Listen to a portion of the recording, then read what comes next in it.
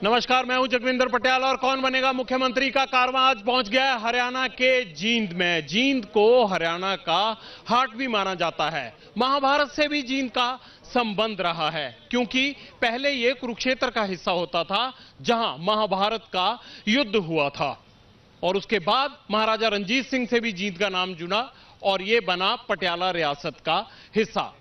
हरियाणा के दूसरे राज्यों की तरह हरियाणा के जो जींद जिला है, इसके लोग भी ज्यादातर खेतीबाड़ी से जुड़े हुए हैं और आज इन लोगों के सामने कई तरह की समस्याएं हैं। आज जींद की चुनावी सभा में स्थानीय समस्याओं के साथ साथ इस बात की चर्चा भी होगी जो हरियाणा में बीजेपी ने सोशल इंजीनियरिंग की है।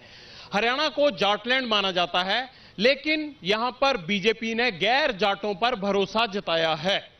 कांग्रेस ने जहां बिरादरी हुड्डा से संबंध रखने वाले भूपेंद्र सिंह हुड्डा को ना सिर्फ चुनावी कमान सौंपी, बल्कि 27 जाट उम्मीदवारों को उन्होंने टिकट भी दिया, वहीं बीजेपी एक गैर जाट को मुख्यमंत्री बनाने के मिशन के साथ तो उतरी ही है। उसने कांग्रेस के मुकाबले कम जाटों को भी टिकट दिया। तो इस आज की चर्चा में हम बात इस मुद्दे पर भी करेंगे कि क्या बीजेपी की ये सोशल इंजीनियरिंग हरियाणा में कोई कमाल कर पाएगी। और देखिए, ये है जींद की जनता जो इस डिबेट का हिस्सा बनने के लिए यहां पहुंची है। एक बार जानदार शानदार ताली हो जाए। और अब रूबरू करा देते हैं मंच पर मौजूद नेताओं से। सबसे पहले बीजेपी का पक्ष रखने के लिए अमरपाल राणा जी हाजिर हैं और कांग्रेस के प्रत्याशी अंशुल सिंगला जी यहां पर मौजूद रहेंगे। जेजेपी की तरफ से मुकेश चहल जी आज स्टेज पर हैं और आईएनएलडी के विजेंद्र रेड्डू जी। आप सबका बहुत बहुत स्वागत है। अब शुरुआत उसी सोशल इंजीनियरिंग के सवाल से करते हैं।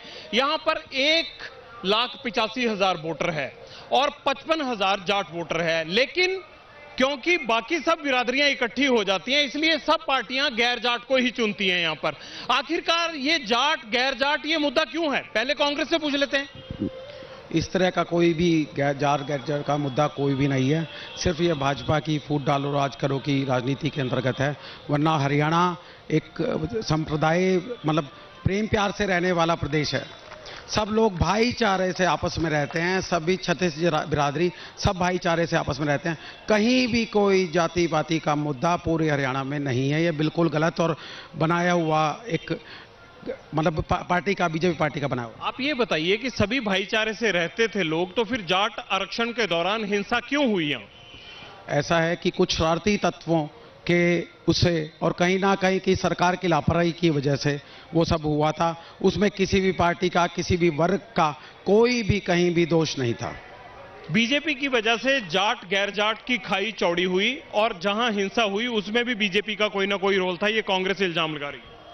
देखिए, आप अच्छी तरह से सभी जानते हैं, मेरे हरियाणा निवासियों, सबसे पहले तो मैं सभी साथियों को प्रणाम करता हूं।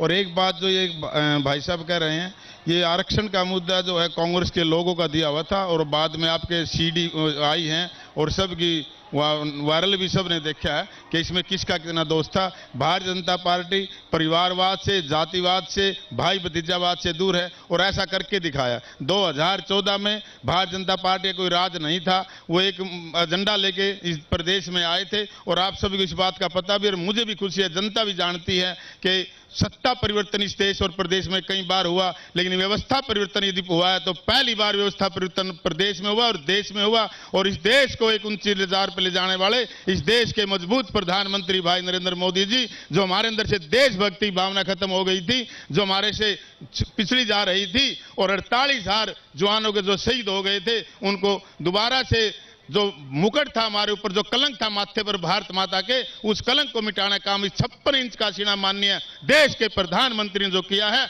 और एक बात बताइए, आप मोदी और राष्ट्रवाद के नाम पर चुनाव लड़ रहे हैं या भ्रष्टाचार, परिवार मुक्त, भ्रष्टाचार मुक्त, इन तमाम मुद्दों पर लड़ रहे हैं हरियाणा का चुनाव? बस मुझे ये बता दीजिए। आपका बहुत अच्छा सवाल है। देखिए, मैंने कहा था कि पहला चुनाव हमने मुद्दों पर नहीं लड़ा। अब हमने जो चुनाव लड़ रहे हैं प्रदेश के अंदर, हम विकास पर चुनाव लड़ रहे हैं और विकास की जो हमने गंगा बहाई है इस प्रदेश के अंदर। मैं सब बताना चाहता हूं जींद जिले की बात। 4 मुख्यमंत्री यहां नारियल फोड़ चुके थे, चाहे जो वहां उस समय के चौधरी बंसीलाल ने नारियल फोड़ा, उसके बाद ओम प्रकाश चौटाला ने नारियल फोड़ा, उसके बाद भूपेंद्र सिंह हुड्डा ने नारियल फोड़ा। ये बाईपास का यदि पूरा काम करने काम किया, ये भारतीय जनता पार्टी ने काम किया। मैं पूछ लूं, विकास हुआ जींद में विकास हुआ? जनता, मैं भी आज बड़े दिनों बाद आया हूं, जनता ही जवाब दे रही है। ये देख लीजिए, विकास हुआ। अब जवाब दीजिए। मैं बिल्कुल मेरे भाई दीजिए जवाब, कोई बात। मेरे भाई बहुत अच्छी बात कह रहे हैं, और हम ये बात पूरे आश्वस्त होकर कह रहे हैं कि आने वाले समय में इस विकास के नाम पर ही हमारा काम होगा और भारतीय जनता पार्टी की सरकार बने। और टाइम मांग रहे हैं, कह रहे हैं और टाइम चाहिए विकास के लिए। अब इनका टाइम हो चुका है पूरा, जितना टाइम लेना था ले लिया। उपचुनाव में भी ये जनता को बरगलाकर वोट ले गए, उसके बाद इन्होंने जींद में कुछ नहीं किया। आज इनको जनता सबक सिखाने का काम करेगी। ये कहते हैं 75 पार, बल्कि आने वाले 21 तारीख को जनता इनको जमुना पार करा देगी। आपको क्या लगता है बीजेपी को कितनी सीटें आएंगी? मुझे नहीं लगता ये 10-12 सीटों से ऊपर जा पाएंगे, क्योंकि इन्होंने यहां पर जिस तरह से आपस में एक खाई पैदा करने के काम किया है, हरियाणा प्रदेश के भाईचारे को खराब करने का काम किया है। आने वाले 21 तारीख को जनता इनको सबक सिखाएगी। तो फिर जेजेपी को कितनी मिलेंगी? अगर इनको 10 आएंगी तो जेजेपी का क्या होगा? जेजेपी पूर्ण बहुमत से हरियाणा प्रदेश में सरकार बनाने जा रही है, और दुष्यंत चौटाला जी अगले प्रदेश के मुख्यमंत्री बनने जा रहे हैं। आपको क्या लगा है कि ये सरकार बनाने वाला जो कायाकल्प हो रहा है जेजेपी में, ये आईएनएलडी से अलग होने के बाद हो रहा है? पहले तो आपकी बनती नहीं थी आईएनएलडी में रहते हुए तो सरकार। नहीं, ऐसी कोई बात नहीं है। वो तो चलो जनता जनार्दन का फैसला होता है, जो उन्होंने फैसला किया। 2009 में भी हमारी 32 सीटें आई थी, पुरानी जो पार्टी थी। उसके बाद हम 2014 में दोनों मिले हुए थे, जेजेपी और आईएनएलडी एक थी, तब 32। उससे कोई फर्क नहीं पड़ता। इनेलो तो अब एक थी, इनेलो रह गई है। एक थी इनेलो कुछ नहीं है। अब सिर्फ जेजेपी का। पूछ लो इनसे, कहते एक थी इनेलो। एक थी इनेलो, ये गलत कह रहे हैं भाई साहब। क्यों लगता है गलत कह रहे हैं? नहीं थी नहीं है, की बात है, बिल्कुल पक्की बात है। फिर ये ऐसे क्यों कह रहे हैं? देखो, ये तो इनका एक गलत धारणा है, क्योंकि कई आदमी जो किसी को सपना आ जाता है ना कि मैं हेलीकॉप्टर में बैठूंगा और उड़ करके फलानी जगह चला जाऊंगा, ये एक ऐसे काल्पनिक हेलीकॉप्टर में बैठ गए हैं जो कि न तो हेलीकॉप्टर है और ना ये उड़ेगा। बिल्कुल, जननायक जनता पार्टी जो है, इसके लिए 10 एक महीने के लिए मैं भी वहां चला गया था। ठीक है, मैं भी। आप भी आया राम गया राम है, वापिस आ गए फिर? नहीं, मैं गया नहीं, ना मैं आया राम ना मैं गया राम। लेकिन आपकी देखिए बड़ी अच्छी इमेज है कि आपने खुद ही बता दिया। मैं अपने घर में वापसी कर गया। मैंने सोचा था कि मुझे भी हेलीकॉप्टर में एक सीट मिल जाए। आपको बिठाया नहीं? लेकिन वो सीट छीन ली गई मेरे को बैठने क्या, उसके लटकने का भी टाइम नहीं दिया।